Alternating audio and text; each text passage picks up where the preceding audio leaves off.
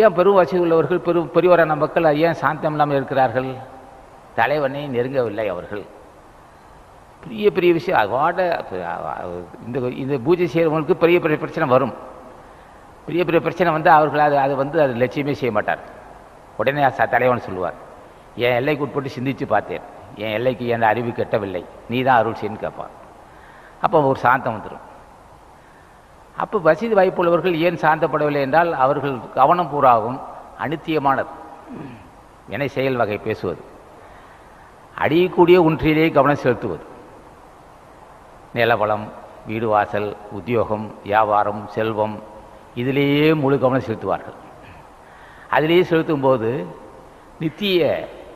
அனித்திய வாழ்க்கை எல்லாம் அழியக்கூடியது.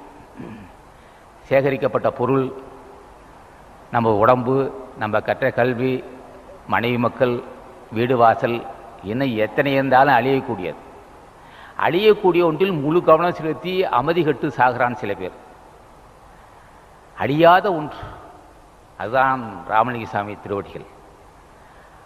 அதுக்கு அழிவே இருக்காது. அவன் நாமத்தை சொல்லி பூஜை செஞ்சால் அது அழிவில்லை. அப்போ வினை செயல் வகையில் நித்தியம் ஒன்று, அழியக்கூடியது ஒன்று, அழியாத ஒன்று. அழியாத ஒன்றை அடைவதற்கு செயல்பட வேண்டும்.